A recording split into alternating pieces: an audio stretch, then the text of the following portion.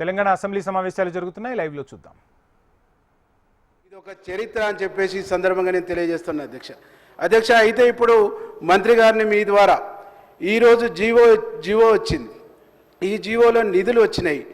ఎప్పటిలోగా టెండర్లు అవుతాయి, ఎప్పటిలోగా పనులు పూర్తి చేస్తారు, దానికి సమయం ఎంత, ఈ టెండర్ ప్రాసెస్కు సమయం ఎంత, పనులు పూర్తి కావడానికి సమయం ఎంత తీసుకుంటారు, ఎప్పటిలోగా ఈ పనులు పూర్తి చేసి ఆ ప్రాంత ప్రజల చిరకాల ఆకాంక్షను మీరు నెరవేరుస్తారని చెప్పేసి మీ ద్వారా గౌరవ మంత్రి గారిని అడుగుతా ఉన్నా అధ్యక్ష. దీనికి అనుబంధంగా ఇంకొక 2 ప్రశ్నలు కూడా మంత్రి గారిని అడుగుతా ఉన్నా.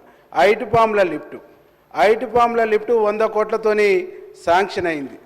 అది ఇప్పటి వరకు దాని ఊసు లేదు, దానికి సంబంధించినటువంటి కదిలించిన దాఖలాలు లేవు.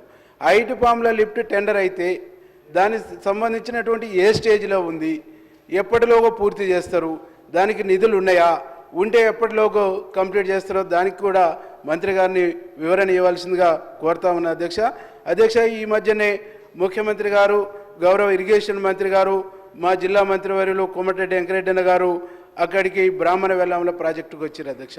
35 కోట్ల రూపాయల నిధులు రిలీజ్ చేస్తూ జీవో ఇచ్చింది అధ్యక్ష. అక్కడ left canal, right canal, main కెనాల్కు సంబంధించినటువంటి కంప్లీట్ కావాలని అంటే దాదాపుగా కొంత మేరకు ఒక కొద్ది పర్సెంటేజీ మెయిన్ అప్రోచ్ కెనాల్స్ పూర్తి కావాలన్నా ఇంకొక 70 కోట్ల పైచిలకు నిధులు కావాల్సినటువంటి అవసరం ఉంది అధ్యక్ష. అవి ఎప్పటిలోగా రిలీజ్ చేస్తారు, ఇచ్చేటువంటి ఆలోచన ఉందా, ఇస్తే ఎప్పటిలోగా ఇస్తారు, ఎప్పటిలోగా టెండర్లు అవుతాయి, ఎప్పటిలోగా ఎంత ఆయకట్టుకు నీళ్ళు ఇస్తారో గౌరవ మంత్రి గారిని మీ ద్వారా రిక్వెస్ట్ చేస్తూ ఉన్నా అధ్యక్ష. దీంతో పాటుగా మా జిల్లాలో దాదాపు దశాబ్దాల తరబడి మా జిల్లా అంటేనే ఒక వివక్షతకు గురైంది అధ్యక్ష. సొరంగ మార్గం కానీ, డిండి ప్రాజెక్టు కానీ, అట్లాగే శివన్నగూడెం ప్రాజెక్టు కానీ ఇవన్నీ కూడా అసంతృప్తిగా ఉన్నాయి, ఈ అసంపూర్ణంగా మిలిగి ఉన్నాయి. ఈ అన్నిటిని కూడా పూర్తి చేసే ఆలోచన ప్రభుత్వానికి ఉందా? మీరు కమిట్మెంట్తో ఉన్నారు, మీరు చేయాలనేటువంటిది విశ్వాసంతో ఉన్నారు.